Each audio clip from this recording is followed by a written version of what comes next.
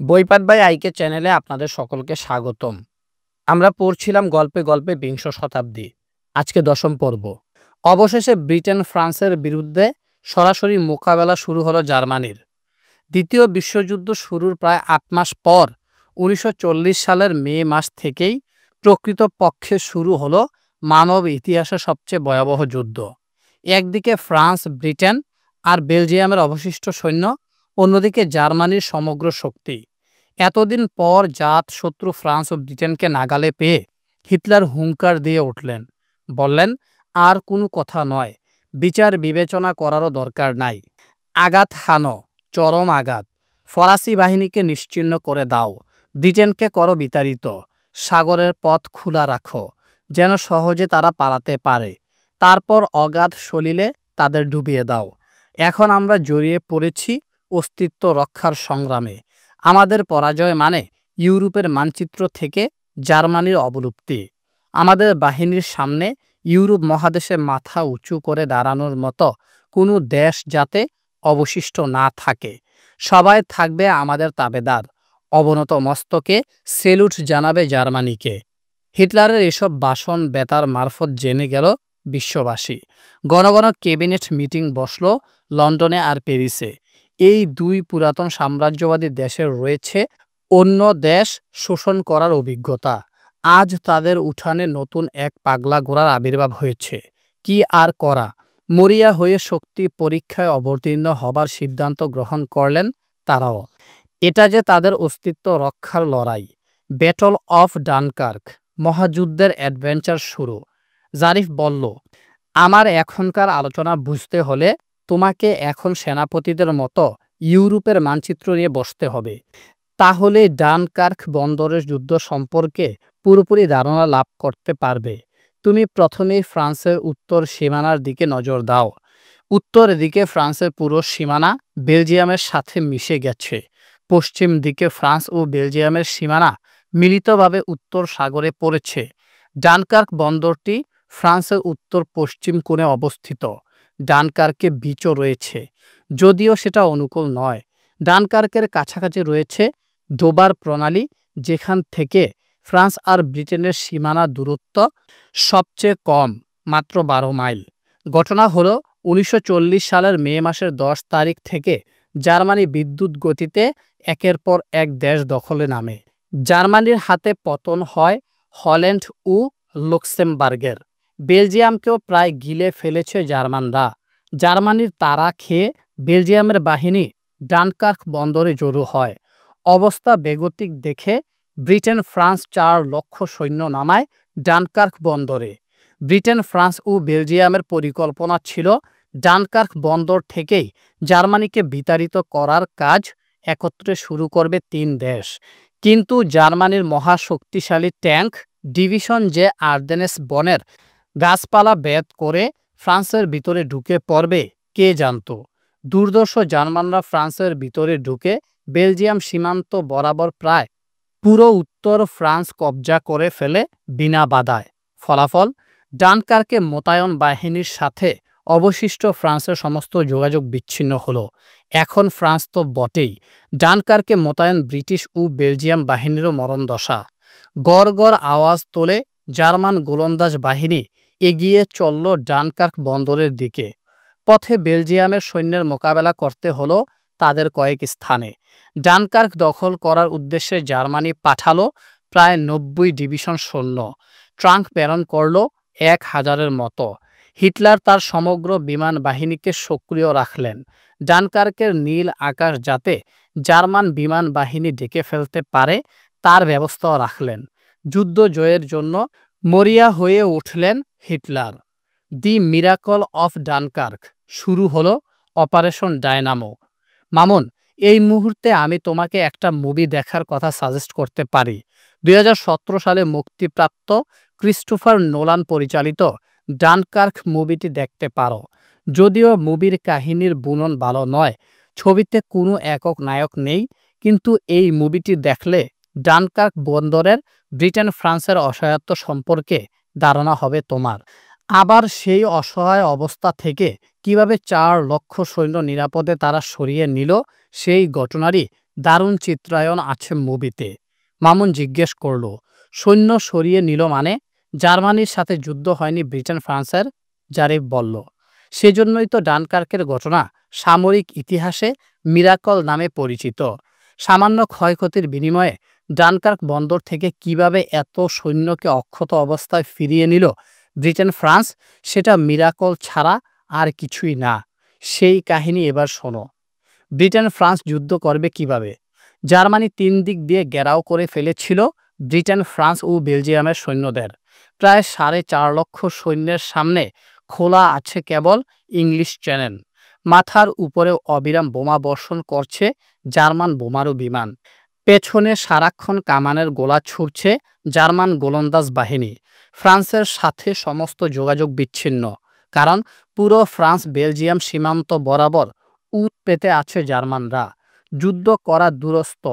এই 4.5 লক্ষ সৈন্য 3 দিক দিয়ে অবরুদ্ধ হয়ে কিভাবে বেঁচে থাকবে? এটাই হয়ে উঠল ফ্রান্স ব্রিটেনের একমাত্র কামনা। 1940 সালের 26শে মে থেকে 4 জুন। তাহলে জার্মানির হাত থেকে বাঁচার উপায় কি? ব্রিটেনের মসনদে তখন লৌহমানব উইনস্টন চার্চিল। তিনি প্রথম উদ্ভাবন করলেন এক অভিনব বুদ্ধি। 3 দিক দিয়ে জার্মানরা ঘেরাও করেছে, এটা সত্য, কিন্তু সাগরের দিকের পথ তো খোলা আছে। তাহলে সিদ্ধান্ত পাক্কা, এই 4 লক্ষাধিক সৈন্যকে ডানকার্ক বন্দর থেকে সমুদ্র পথে ব্রিটেনের মাটিতে নিয়ে আসতে হবে। ব্রিটেনের সমর বিশারদরা হতবাক। তারা চার্চিলকে জিজ্ঞেস করলেন, বলেন কি, এত সৈন্যকে কিভাবে ডানকার্ক থেকে উদ্ধার করব? চার্চিল বললেন, যুদ্ধ করলে তো আর একটা সৈন্যকেও জীবিত পাবো না আমরা। তার চেয়ে বরং বন্দর খালি করে লোক নিয়ে আসলে অন্তত 40-50 হাজার লোককে তো বাঁচাতে পারবো। অবশেষে শুরু হলো ডানকার্ক বন্দর থেকে সৈন্য উদ্ধারকরণ প্রক্রিয়া, যার নাম হলো অপারেশন ডায়নামো। ব্রিটেনের জলসীমায় ছোট বড় যত নৌজাহান আছে সবাই নামলো মাতৃভূমির টানে। শুরু হলো ডানকার্ক থেকে সৈন্য আনা নেওয়ার প্রক্রিয়া। প্রতিদিন হাজার হাজার সৈন্য ডানকার্ক থেকে ব্রিটেনের উদ্দেশ্যে পাড়ি জমালো। জীবনের মায়া ছেড়ে দেওয়া সৈনিকেরা পেল নতুন জীবন। যুদ্ধক্ষেত্র থেকে পালিয়ে যাওয়া কাপুরুষের লক্ষণ, কিন্তু এবারের পলায়ন জয়েরও অধিক।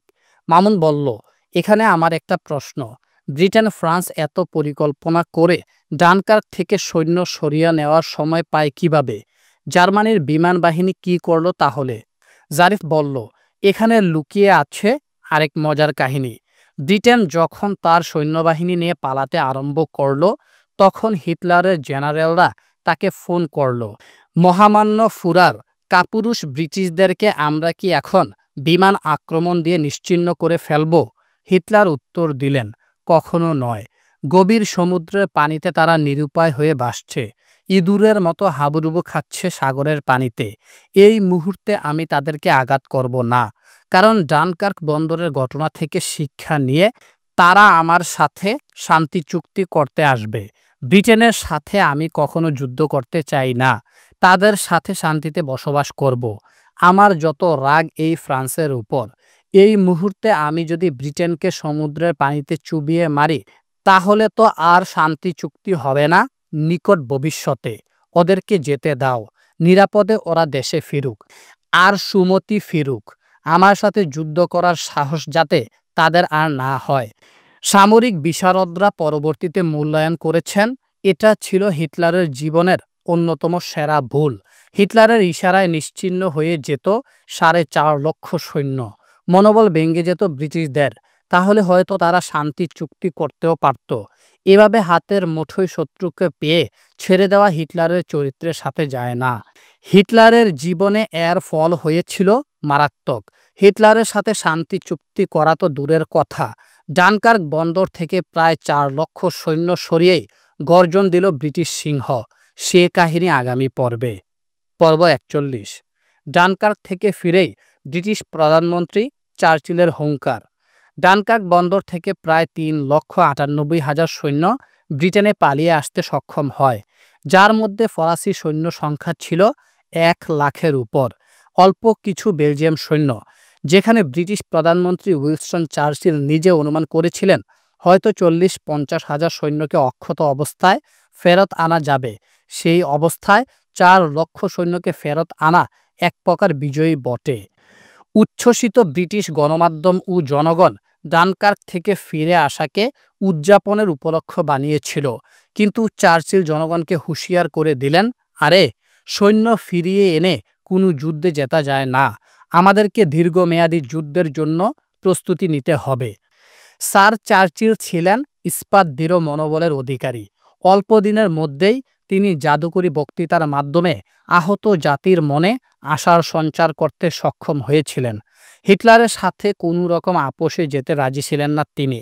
হিটলারের সাথে যে কোনো রকম আলোচনাকে ঘৃণাভরে প্রত্যাখ্যান করেছিলেন। চার্চিল ব্রিটিশ জাতিকে বোঝাতে পেরেছিলেন ব্রিটিশ জাতি বারবার এরকম যুদ্ধ পরিস্থিতির শিকার হয়েছিল, কিন্তু বীরত্ব আর মনোবলের কারণে ব্রিটিশ জাতিকে কেউ হারাতে পারেনি। নেপোলিয়নও তো ছিলেন দিগ্বিজয়ী বীর, তাকে শেষমেশ পরাজয়ের গ্লানি নিয়ে মরতে হয়েছিল ব্রিটিশদের সাহসিকতার কারণে।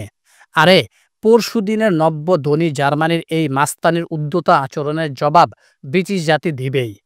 শত শত বৎসর যাবৎ বিশ্বের বুকে দাবড়িয়ে বেড়াচ্ছে ব্রিটেন, আর তাকে পরাজিত করতে চায় এই হিটলার। হতেই পারে না। নেপোলিয়ন তো ছিলেন শিক্ষিত, সর্বকালের অন্যতম সেরা সমরকুশালী ও মেধাবী মানুষ। তার মতো ব্যক্তি যেহেতু ব্রিটিশের কাছে পরাজিত হয়েছে, তাহলে হিটলারের মতো একজন বদ্ধ পাগল ও অর্ধশিক্ষিত লোককে এত ভয় কিসের? এরকম কথা বলে চার্চিল ব্রিটিশ জাতির মনোবল চাঙ্গা করেছিলেন। শুধু তাই নয়, ডানকার্ক বন্দর থেকে সৈন্য সরানোর পর চার্চিল জাতির উদ্দেশ্যে যে ভাষণ দিয়েছিলেন, আহত জাতিকে জাগিয়ে তোলার জন্য, সে ছিল এক মহৌষধ। আমি এখানে চার্চিলের ভাষণের একটা অংশের উদ্ধৃতি দিচ্ছি।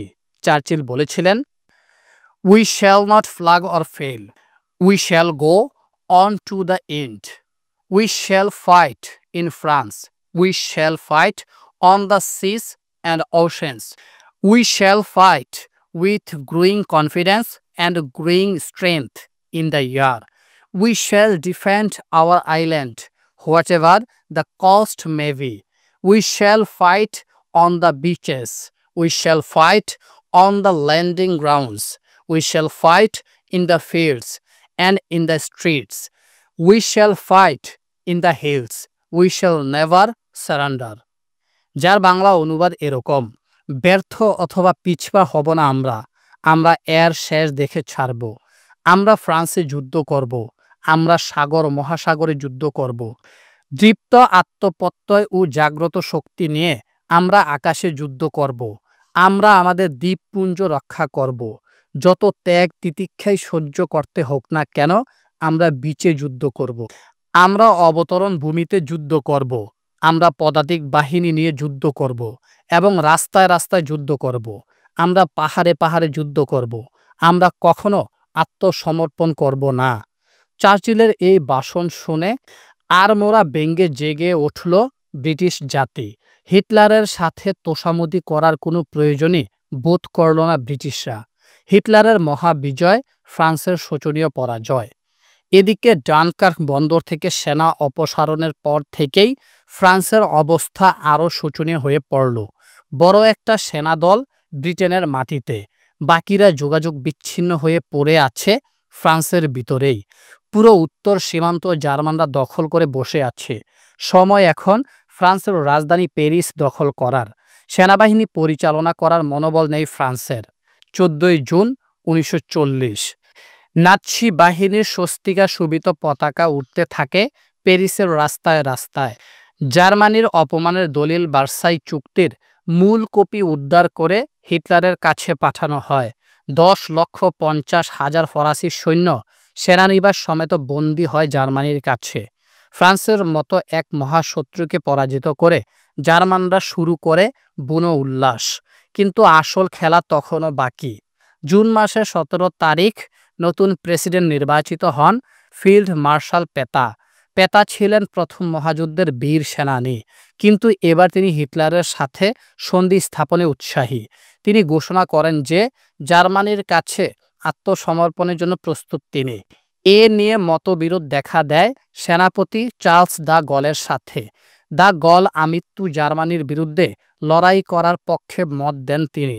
পেতার কাছে সাহায্য না পেয়ে তিনি লন্ডন চলে যান। ফ্রান্সের বিরুদ্ধে চূড়ান্ত প্রতিশোধ নিলেন হিটলার। সেই ক্যাম্পেগের বন, সেই ট্রেনের বগি।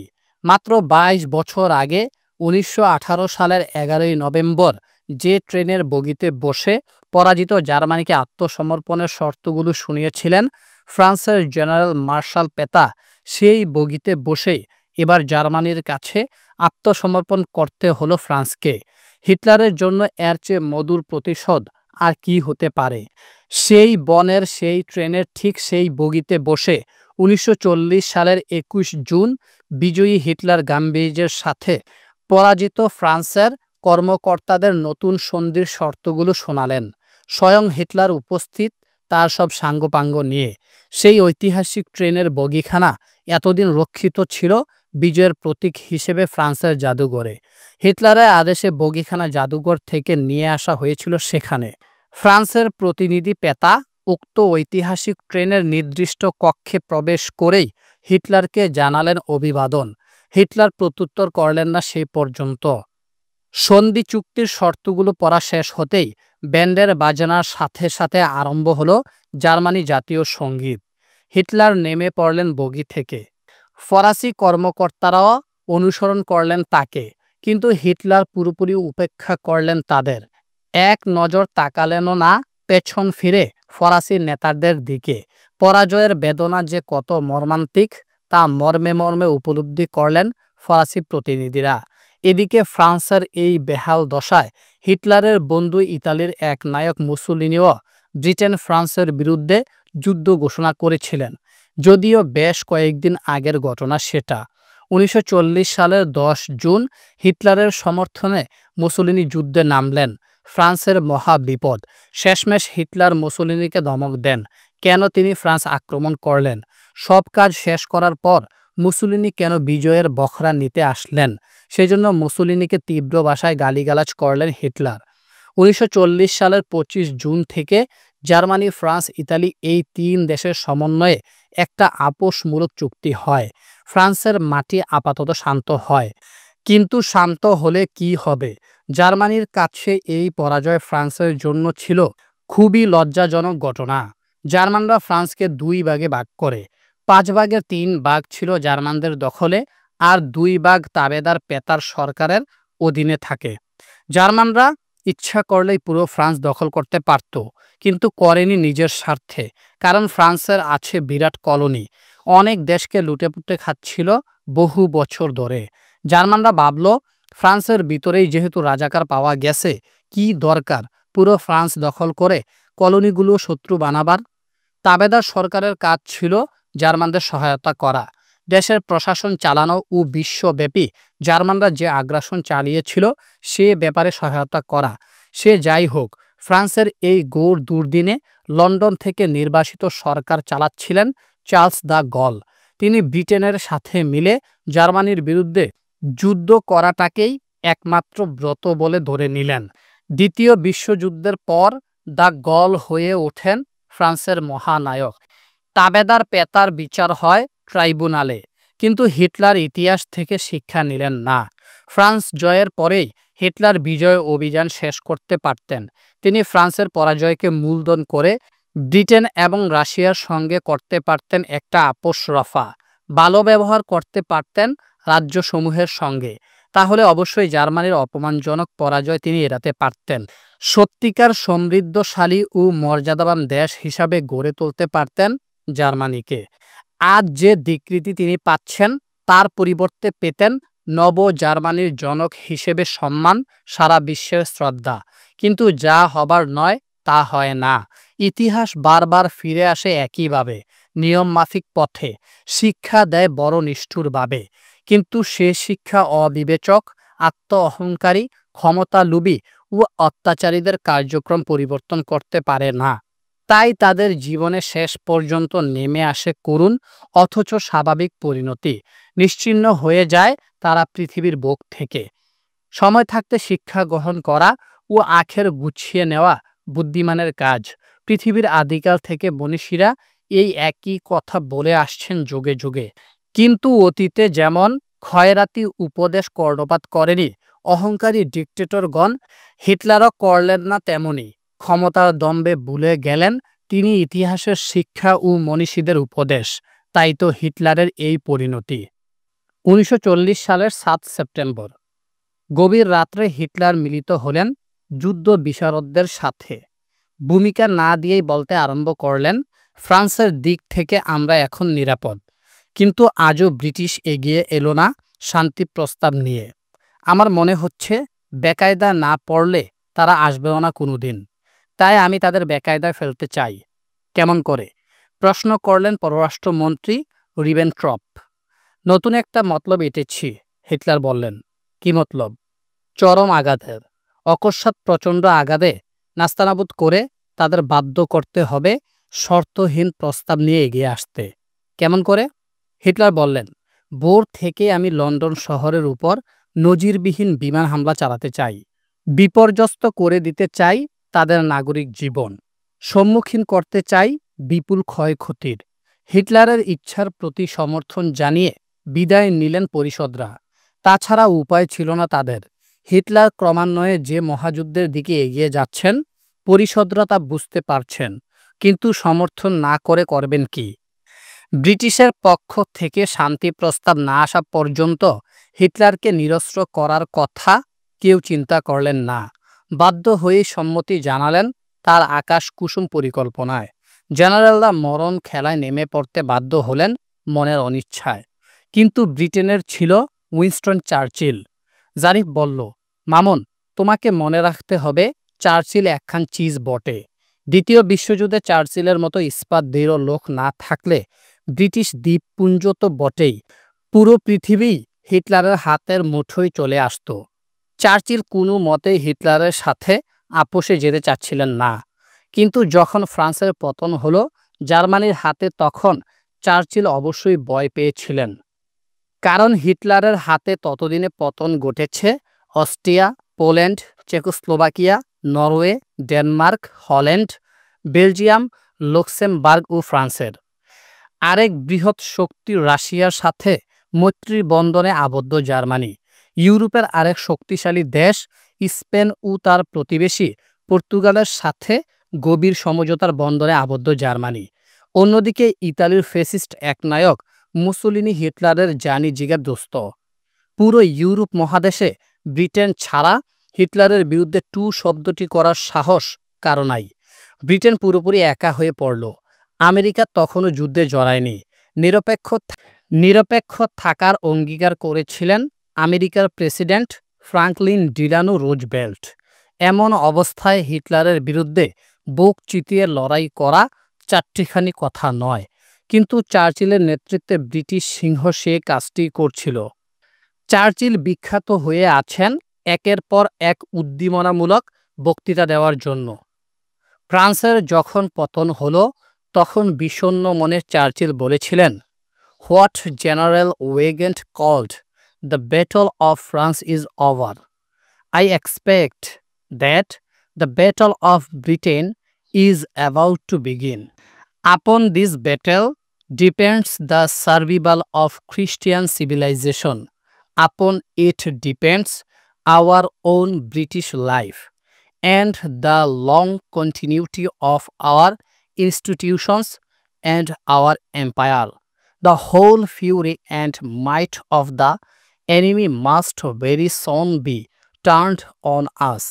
Hitler knows that he will have to break us in this island or lose the war. If we can stand up to him, all Europe may be free and the life of the world may move forward into broad, sunlit uplands. But if we fail, then the whole world, including the United States, including all that we have known and cared for, will sink into the abyss of a new dark age, made more sinister and perhaps more protected by the lights of perverted science, Let us therefore brace ourselves to our duties and so bear ourselves that if we British Empire and its Commonwealth last for 1,000 years, men will still say this was their finest hour. শুরু হলো battle of Britain. ৭ September ১৯৪০। রাত গড়িয়ে সকালের সূর্য উকি দিবে British দ্বীপপুঞ্জে। সবাই জানে সূর্য উঠবে পূর্ব দিক থেকে, কিন্তু এ কি? পুরো ব্রিটেনবাসী দেখল পশ্চিম আকাশ আলোকিত হয়ে আছে। সূর্য কি আজ পশ্চিম আকাশে উঠবে? পশ্চিম দিকে উঠলেও বোধ হয় ভালো ছিল। এত যন্ত্রণা হয়তো সহ্য করতে হতো না ব্রিটিশদের। একসাথে ১৩০০ জার্মান বোমারু বিমান ব্রিটেনের আকাশে গর্জন দিচ্ছে ক্রমাগত।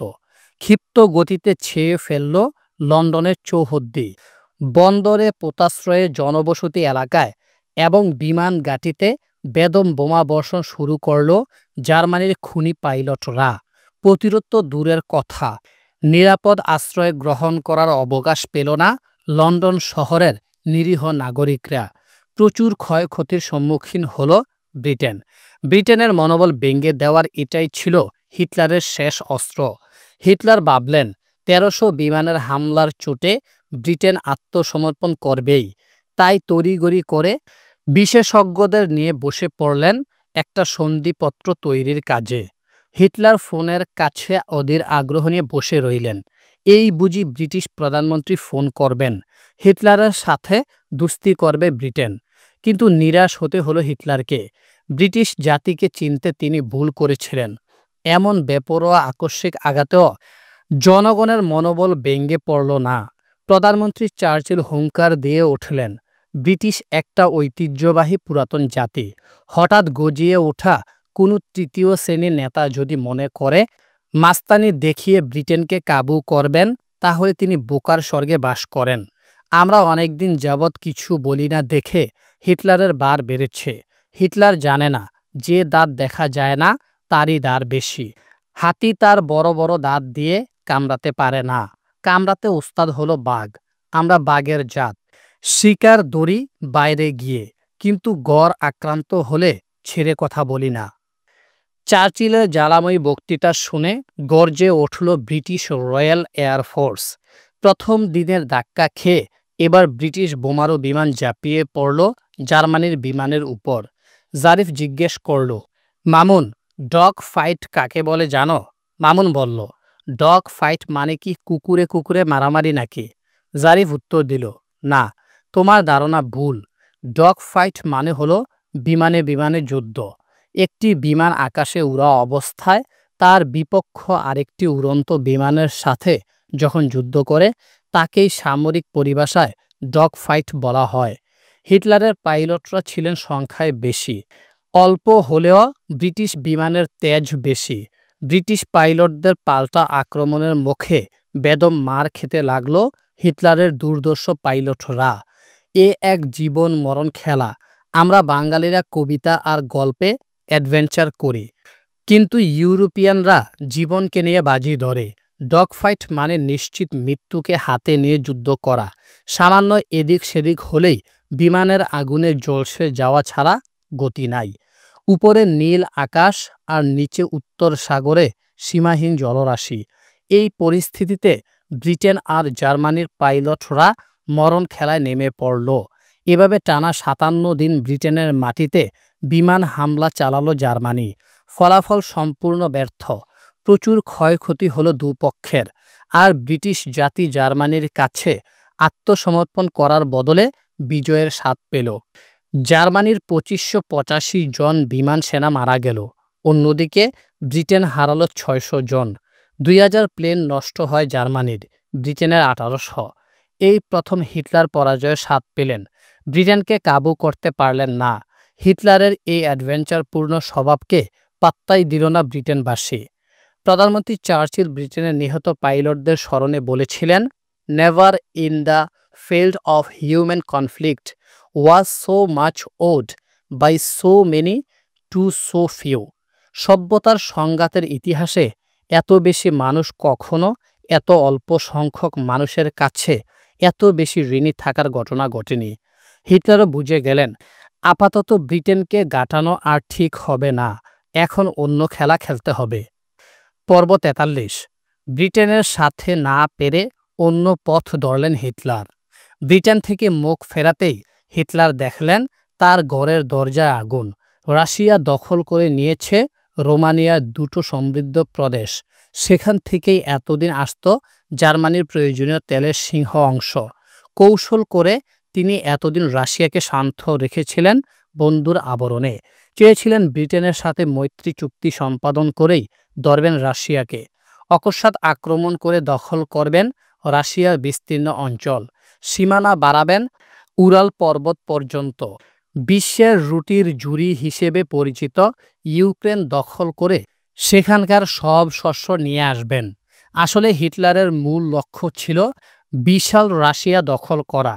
তাই তিনি ব্রিটেনের সাথে যে কোনো মূল্যে বন্ধুত্ব বজায় রেখে এ কাজটি করতে চেয়েছিলেন। হিটলার যখন দেখলেন ব্রিটেন তার সাথে কোনো আপোষ করতে রাজি নয়, এমনকি বিমান হামলা করেও ব্রিটেনকে কাবু করতে পারলেন না, তখন তিনি বুঝে ফেললেন যে এ যুদ্ধ অনেকদিন গড়াবে। এবার রাশিয়া দখল করতে হবে। যদিও রাশিয়ার সাথে জার্মানির একটা মৈত্রী চুক্তি রয়েছে, আদতে জার্মানি ও রাশিয়া এ দুপক্ষই জানত যুদ্ধ অচিরেই শুরু হবে। হিটলার ধরে নিলেন রোমানিয়ার তেল সম্পদকে কেন্দ্র করেই বেঁধে যাবে চুক্তিবদ্ধ দেশ রাশিয়ার সাথে সামগ্রিক যুদ্ধ। সে যুদ্ধ পোল্যান্ড, চেকোস্লোভাকিয়া এমনকি ফ্রান্সের যুদ্ধের চাইতেও হবে ভয়াবহ। ফলে আঁটঘাট না বেঁধে যুদ্ধে নামা যাবে না। প্রথম পদক্ষেপ হিসেবে হিটলার সৈন্য পাঠালেন রোমানিয়ার তেলকূপে। বিপুল সংখ্যক সৈন্য মোতায়েন করলেন তিনি। সে ব্যাপারে বাধা দিতে চাইল রুশ বাহিনী, কিন্তু স্বল্প সংখ্যক রুশ সৈন্যের পক্ষে সম্ভব হল না বিশাল জার্মান বাহিনীর আক্রমণ প্রতিহত করা। পিছিয়ে গেল তারা রুশ সীমানায়। হিটলার খুশি হলেন মনে মনে, সাহস বেড়ে গেল বুকে। ওদিকে রাশিয়ার একনায়ক স্ট্যালিন রেগে গেলেন হিটলারের উপর। হুমকি দিলেন প্রতিশোধ নেওয়ার। সৈন্য সরিয়ে দিতে উপদেশ দিলেন হিটলারকে। কিন্তু এসব খয়রাতি উপদেশ মানার মতো লোক নন হিটলার। তিনি স্ট্যালিনকে সন্তুষ্ট রেখেই কার্যোদ্ধার করতে চান। পররাষ্ট্রমন্ত্রী রিবেনট্রপকে পাঠালেন মস্কোতে। রিবেনট্রপকে স্ট্যালিন বললেন, হিটলার অনেক মাস্তানি শুরু করেছেন, আমরা সহ্য করেছি কিন্তু কিছু বলিনি। কিন্তু এখন বোঝা যাচ্ছে হিটলার রাশিয়ার দিকে নজর দিতে চাচ্ছেন। রোমানিয়া আমাদের নিজস্ব ভূমি নয়, সেটা নিয়ে আমরা বাড়াবাড়ি করব না ঠিকই, কিন্তু আমাদের গায়ে আঁচড় মারলে রক্ষা নেই। একটার পর একটা দেশ দখল করে হিটলার অহংকারী হয়ে গেছেন। হিটলার যদি আমাদের স্বার্থে আঘাত করে তাহলে আমরা তার চরম শত্রুতে রূপান্তরিত হব। স্ট্যালিনের মন্তব্য শুনে হিটলার ঘাবড়ালেন না। তিনি বললেন, আহারে, কত সুন্দর সুন্দর কথা স্ট্যালিন সাহেব বলেছেন। আমাকে মাস্তান বলেছেন, কিন্তু নিজে দখল করেছিলেন কেন রোমানিয়ার খনিজ সমৃদ্ধ অঞ্চল? স্বার্থে আঘাত লাগলে এরকমই হয়। এ বছরের শীতটা যাক, আগামী বছরের গ্রীষ্মে রাশিয়াকে বুঝিয়ে দিব কত দানে কত চাল। রাশিয়া দখল করতে প্রস্তুত জার্মান বাহিনী। মুসোলিনির সাহায্যার্থে বলকান অঞ্চলে যুদ্ধ জড়ালেন হিটলার। হিটলার যখন পুরো ইউরোপকে জ্বালিয়ে মারছেন, তখন তার দোসর ইতালির মুসোলিনিও পিছনে পড়ে থাকবেন কেন? দ্বিতীয় বিশ্বযুদ্ধ শুরুর আগেই তিনি 1939 সালের এপ্রিল মাসের 7 থেকে 12 তারিখে মাত্র 5 দিনের জটিকা আক্রমণে আলবেনিয়া দখল করেন। হিটলার যখন ব্রিটেন আর রাশিয়া বাদে পুরো ইউরোপকে দখল করে ফেলেছেন, তখন মুসোলিনির খায়েশ জাগল তিনি এবার গ্রিস দখল করবেন। মামুন মন্তব্য করল, এই দুইটা তো আসলেই শয়তান। খামোখা অন্যের দেশ কেন দখল করার বুদ্ধি করে তারা? আমি তো সারা জীবন জানতাম সাম্রাজ্যবাদীদের দোসর ও পররাজ্য দখলকারী দেশ হচ্ছে ব্রিটেন ও ফ্রান্স। কিন্তু এখন মনে হচ্ছে ব্রিটেনকে শ্রদ্ধা করতে হবে, কারণ তা না হলে বর্বর হিটলার আর তার দোসর মুসোলিনি পৃথিবী থেকে মানবিকতায় তুলে দিত। ব্রিটেন যদি হিটলারের বিরুদ্ধে রুখে না দাঁড়াতো তাহলে সত্যি পৃথিবীতে অন্ধকার যুগ নেমে আসতো। জারিফ বলল, 100% সত্যি। হিটলার যেভাবে অন্যের দেশ দখল করতে উঠে পড়ে লেগেছিলেন, সেটা ছিল মধ্যযুগের ধ্যান-ধারণা। আধুনিক কালে একটা দেশকে শুধুমাত্র হামলা চালিয়ে দখল করা যায় না। পুরো আলবেনিয়ায় ঘাঁটি গেড়ে বসে আছে ইতালীয় বাহিনী। বলকান অঞ্চলের হাঙ্গেরি ও রোমানিয়া জার্মানির মিত্র দেশ। বুলগেরিয়া ও যুগোস্লাভিয়া নিরপেক্ষ হলেও জার্মানির প্রতি বন্ধুত্ব রয়েছে। মুসোলিনির নজর এবার সুপ্রাচীন সভ্যতা গ্রিসের প্রতি। গ্রিস তিনি দখল করবেনই। এদিকে গ্রিসের সাথে ঘনিষ্ঠতায় আবদ্ধ ব্রিটেন। কিন্তু হিটলার এই মুহূর্তে রাশিয়া আক্রমণ ছাড়া অন্য কিছু ভাবছিলেন না। কবে রাশিয়া দখল করবেন সেজন্য হাত নিষ্পিস করছিল তার। হিটলার মুসোলিনির বাহিনীর বিরুদ্ধে গ্রিক রূপকথা। কিন্তু হিটলারের সেই পরিকল্পনা সর্বনাশ করল মুসোলিনি। 28 অক্টোবর 1940 মুসোলিনির বাহিনী ঢুকে পড়ল গ্রিসের ভূখণ্ডে। খবরটা শোনার সাথে সাথে হিটলারের মুখ রাগে লাল হয়ে পড়ল। ছুটলেন তিনি ইতালির ফ্লোরেন্সে। মিলিত হলেন মুসোলিনির সাথে। অকথ্য ভাষায় গালিগালাজ করলেন তাকে। অবস্থা বুঝে মুসোলিনি একটা কথাও বললেন না। কৈফিয়ত দেওয়ার চেষ্টা পর্যন্ত করলেন না। নির্বিবাদে হজম করেছিলেন বন্ধু হিটলারের অশ্রাব্য গালিগালাজ। কারণ তখন তার সামরিক সাহায্যের প্রয়োজন। তিনি মনে করেছিলেন গ্রিস আক্রমণ করে 2-1 দিনের মধ্যে পুরো দেশ দখল করবেন। মুসোলিনির সেই স্বপ্নসাধ পূরণ হয়নি। প্রবল বাধা দিয়েছিল গ্রিক বাহিনী। বিপুল ক্ষতি হয়েছিল ইতালির। যুদ্ধ হয়েছিল বিলম্বিত। রাশিয়া আক্রমণের পরিকল্পনা বন্ধ রেখে হিটলার তার নিজের সৈন্যবাহিনী পাঠালেন বন্ধুকে উদ্ধার করার জন্য। আবার গ্রিসকে সাহায্য করার জন্য বিমান বাহিনী পাঠায় ব্রিটেন। তুমুল যুদ্ধ হলো গ্রিসে। 5 মাস পর গ্রিস দখল করে জার্মানি আর ইতালির মিলিত অক্ষশক্তি। কিন্তু প্রচুর শক্তি ক্ষয় করতে হয় তাদেরকে। যুদ্ধ ছড়িয়ে পড়ল আফ্রিকা মহাদেশে। শুধু গ্রিস নয়, ইতালির একনায়ক মুসোলিনি যুদ্ধ বাঁধালেন উত্তর আফ্রিকায়। মুসোলিনির চোখে তখন রোমান সম্রাট হওয়ার স্বপ্ন। আফ্রিকা মহাদেশ পুরোটাই দখল করতে চান তিনি। ইতিমধ্যে ইতালির দখলে আছে ইথিওপিয়া, ইরিত্রিয়া, সোমালিয়া ও লিবিয়া। উত্তর আফ্রিকার অন্যতম প্রভাবশালী দেশ মিশর তখন ব্রিটেনের অধীনে। ভারতের সাথে সহজ যোগাযোগের রাস্তা সুয়েজ খাল তখন ব্রিটেনের কাছে অক্সিজেনের সমতুল্য। লিবিয়াতে তখন 2.5 লক্ষ সৈন্য মোতায়েন ছিল ইতালির। বিমান বাহিনীর যুদ্ধ বিমানও মজুদ। 1940 সালের সেপ্টেম্বর মাসে ব্রিটেন যখন জার্মানির বিমান হামলা সামলাচ্ছে নিজের মাটিতে, এই ফাঁকে মিশর দখল করার ফন্দি আঁটল ইতালি। ইতালিকে কাউন্টার অ্যাটাক করার মতো সামর্থ্য নাই ব্রিটেনের। পরের মাসেই যখন জার্মানির বিমান হামলার ক্ষমতাকে ধ্বংস করল ব্রিটেন, তখন ইতালিকে শায়েস্তা করার পালা।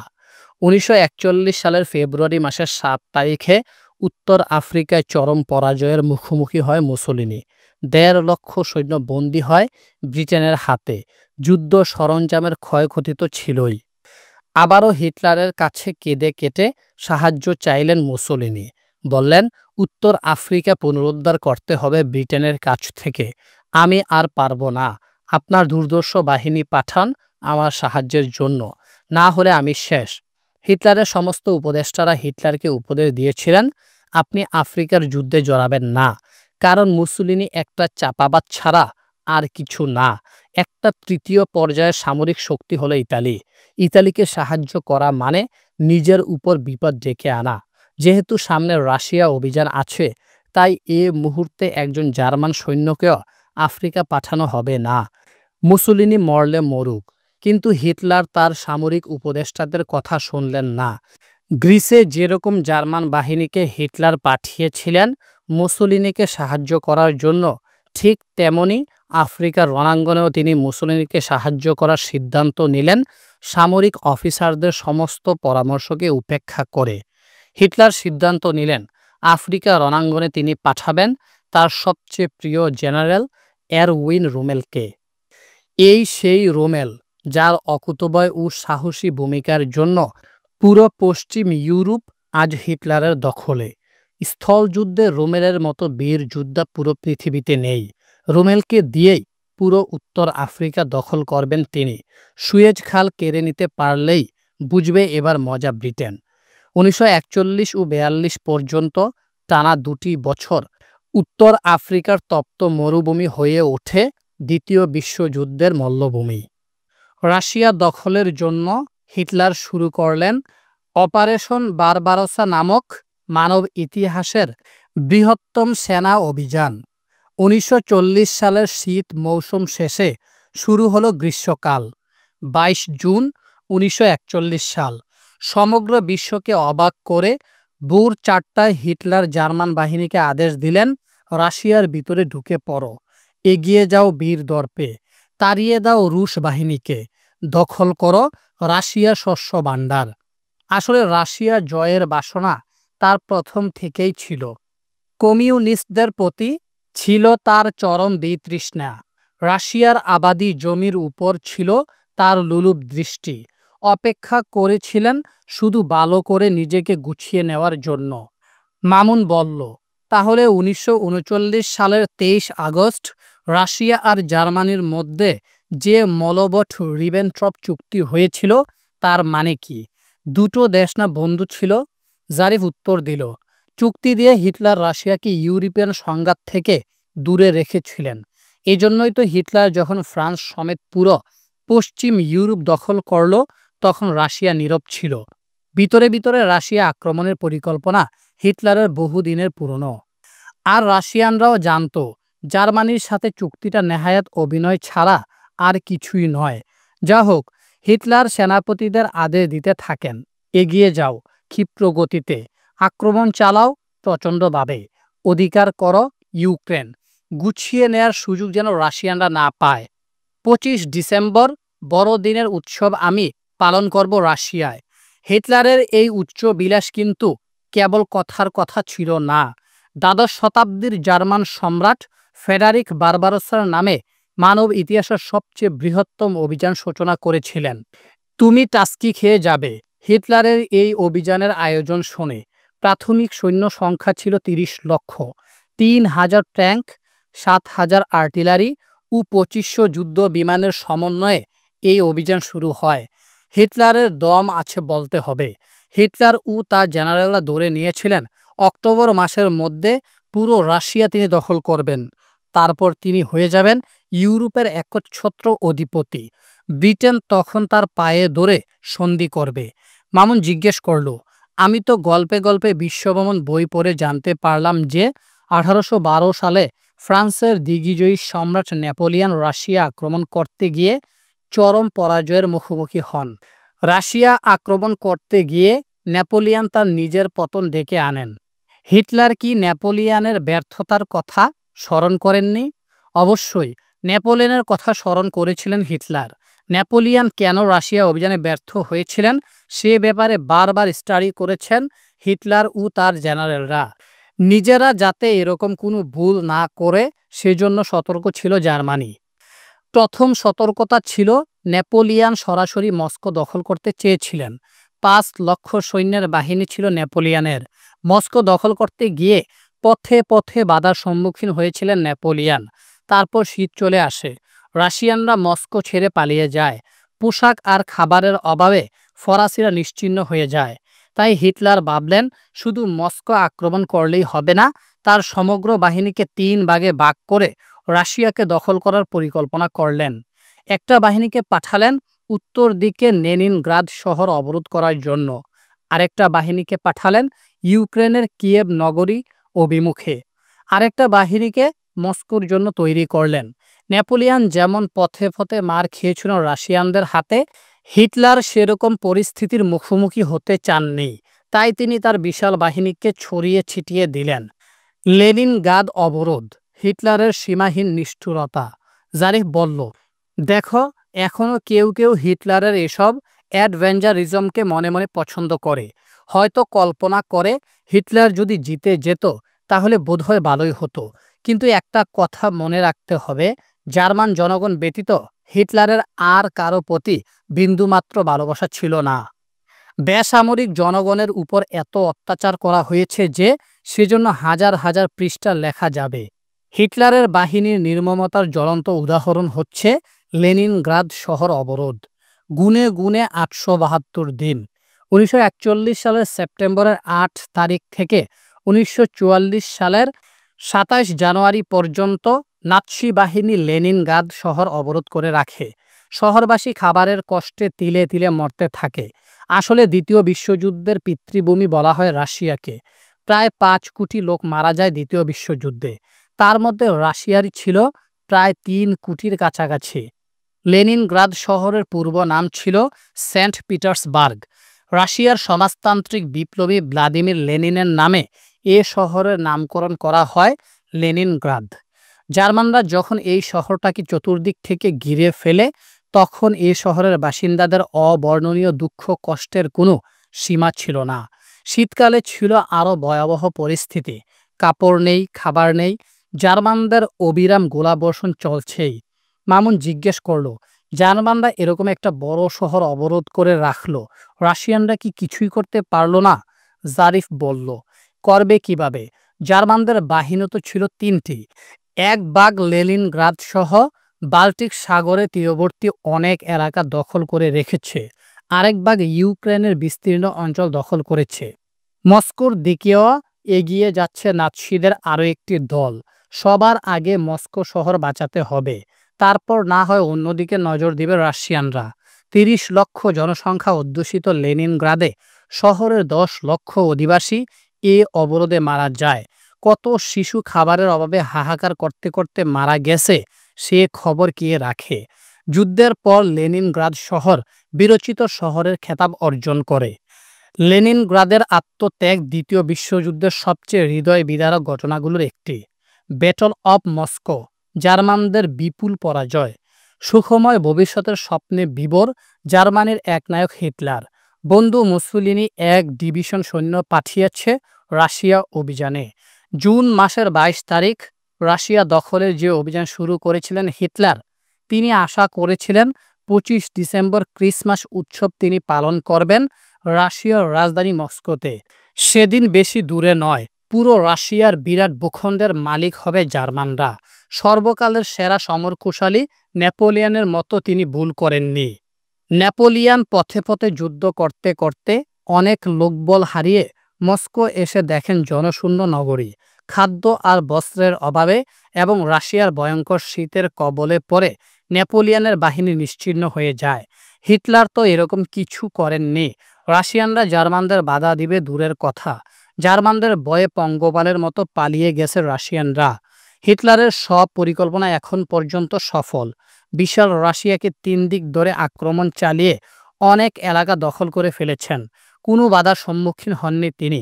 সময় এবার রাশিয়ার রাজধানী মস্কো দখল করার।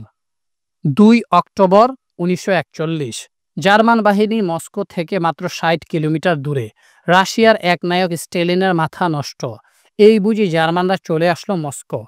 রুশ সেনাপতি জুকভ তখন লেনিনগ্রাদ অবরোধের বিরুদ্ধে একটার পর একটা ব্যর্থ কর্মযজ্ঞ চালাচ্ছিলেন। স্টেলিন জুকভকে তলব করলেন মস্কো নগরীর রক্ষার জন্য। ফিল্ড মার্শাল জুকভ দায়িত্ব পেয়ে রাশিয়ান সেনাবাহিনীর সাইবেরিয়ান ইউনিটকে মস্কো রক্ষার দায়িত্ব দিলেন। সাইবেরিয়া হলো শীতের মাতৃভূমি। যত শীতই পড়ুক, সাইবেরিয়ান ইউনিট কখনো ঘায়েল হবে না, এটা ভেবেই জুকভ তার রণক পরিকল্পনা সাজালেন। নামলো ভয়ঙ্কর শীত। রাশিয়ানদের কপালও ভালো, এবছর শীত একটু আগেভাগেই নামলো। অক্টোবর এর ৭ তারিখ বছরের প্রথম তুষারপাত শুরু হলো মস্কোতে। খোদার মায়ের শুরু হলো জার্মান বাহিনীর উপর। প্রকৃতির অভিশাপ। ঠান্ডায় আড়ষ্ট হলো জার্মান সৈনিকদের দেহ। ঠকঠক করে কাঁপতে লাগলো তারা। সাথে নেই তাদের গরম পোশাক। হিটলার ভেবেছিলেন শীতের মৌসুম আসার আগেই মস্কো দখল করবেন তিনি, তখন আর শীতের পোশাকের অভাব হবে না। কিন্তু অসময়ের শীতে হাজার হাজার জার্মান সৈন্য মরতে লাগলো প্রতিদিন। বাধ্য হয়ে হিটলার দেশবাসীর কাছে আহ্বান জানালেন, যার কাছে যত শীতের পোশাক আছে তাই সরকারি তহবিলে দিয়ে দিতে। হিটলারের ঘোষণায় কাজও হলো। যুদ্ধক্ষেত্রে গরম পোশাক সরবরাহ করা হলো। কিন্তু সমস্যার সৃষ্টি হলো নতুনভাবে। তেল ও পেট্রোল প্রচণ্ড শীতে গেল জমে। যুদ্ধ সরঞ্জাম জমে হলো বরফ। যানবাহনের গতি হলো বন্ধ। ট্রেন অচল হলো কয়লার অভাবে। এ অবস্থার সুযোগ গ্রহণ করল রাশিয়ান সেনাবাহিনীর সাইবেরিয়ান ইউনিট। শীত তাদের কাছে ডালভাত, দুর্বার বেগে এগিয়ে গেল তারা। প্রচণ্ড আক্রমণে ধরাশয়ী করল জার্মানদের। 5 ডিসেম্বর 1941 15 লক্ষ রাশিয়ান লাল ফৌজ ঝাঁপিয়ে পড়ল হিটলারের বাহিনীর উপর। এতদিন পরা মহা গজব শুরু হলো জার্মান বাহিনীর উপর। 2 বছর যাবৎ জার্মানরা শুধু অন্য দেশের সৈনিকদের মেরেছে, এবার জার্মানদের মার খাওয়ার পালা। শীতে অনভিজ্ঞ জার্মান সৈন্য শুধু যে পশ্চাৎপসরণ করল তা নয়, মরল লাখ লাখ। জানুয়ারির 7 তারিখের মধ্যে জার্মানরা পিছু হটতে হটতে মস্কো থেকে 160 কিলোমিটার দূরে অবস্থান নিল। আগেই বলেছি, যুদ্ধ শুরুর আগে জার্মানরা মাত্র 60 কিলোমিটার দূরে ছিল। প্রায় 4 লক্ষ সৈন্য হারালো জার্মানরা। যুদ্ধ সরঞ্জাম তো ছিলই, রাগে অপমানে ব্যর্থতায় ফেটে পড়লেন হিটলার। বেতারেই গালিগালাজ শুরু করলেন জেনারেলদের। যদিও মস্কো দখল করা আপাতত সম্ভব হয়নি জার্মানির, তখনও জার্মানির সমস্ত সৈন্য রাশিয়ার ভিতরেই মোতায়েন ছিল। রুশ জার্মান যুদ্ধ মাত্র শুরু হলো কেবল। পর্ব 45। যুদ্ধে জড়ালো আমেরিকা ও জাপান। 1941 সালের ডিসেম্বর আর জানুয়ারি মাসের তীব্র শীতে যখন হিটলারের জার্মান বাহিনী রাশিয়ানদের হাতে বেদম মার খাচ্ছে, তখন দূর প্রাচ্যে ঘটে গেল আরেক ভয়াবহ ঘটনা। মামুন বলল, দূর প্রাচ্য বলতে কোন কোন দেশগুলি বোঝানো হয়েছে? জারিফ উত্তর দিল, দূর প্রাচ্য মূলত চীন, জাপান ও কোরিয়া উপদ্বীপকে বোঝায়। কেউ কেউ আবার আসিয়ানভুক্ত দেশ ও মঙ্গোলিয়াকে দূর প্রাচ্যের অন্তর্গত বলে মনে করেন। যা হোক, আমরা চীন, জাপান ও কোরিয়া উপদ্বীপের ঘটনাবলী নিয়েই আলোচনা করব।